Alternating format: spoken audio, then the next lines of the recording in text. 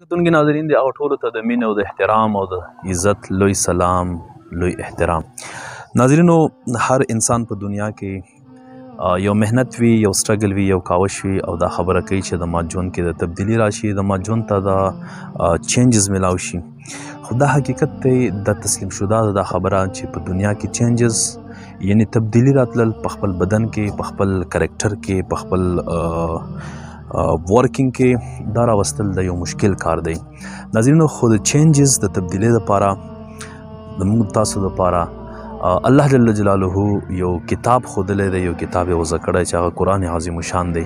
کله هم چې انسان په دنیا کې وغواړي چې د ما په لایف کې، د ما په کرکټر کې، د ما په لینا دینا کې، د ما په اٹھنا بیٹھنا کې دا چینجز راشي، تبدیلی راشي. ناظرینو، دغه انسان دا فرست اف آل د قرآن مجید چې څه ارشادات فرمایلی دي، هغه ارشادات د ناظرینو په ځان باندې لاګو کی، په ځان باندې فالو کی، او یو انسان د دانشورو خلکو نه، د پوهو خلکو نه، د سمجدارو خلکو نه تپوس کی چې زه خپل لایف چینج کول غواړم، زه خپل زندگی چینج کول غواړم، زه خپل کرکټر چینج کول غواړم. آیا زه به خپل کرکټر، خپل لینا دینا، اٹھنا بیٹھنا به زه څنګه چینج کم؟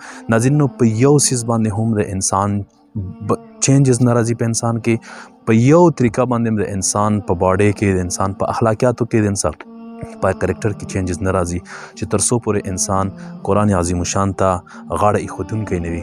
ناظرینو، زموږ ستاسو دپاره بهترین د چینجز دپاره، په زندګۍ کې د بهتروالي راوستلو دپاره، په اخلاقیاتو کې د بهتر راوستلو دپاره، په لینا دینا کې د ډیولپمنټ دپاره دی چې موږ انکریز شي کې، یعنی ښه عادتونه پکې راشي زموږ په لینا دینا کې. ناظرینو، دا دی د موږ ستاسو د قرآن عظیم شان چې څه فرمایلی دي موږ تاسو ته، څه یې راوړي دي دنیا ته موږ تاسو ته، هغه فالو کول، هغه په خپله زندګۍ کې راوستل.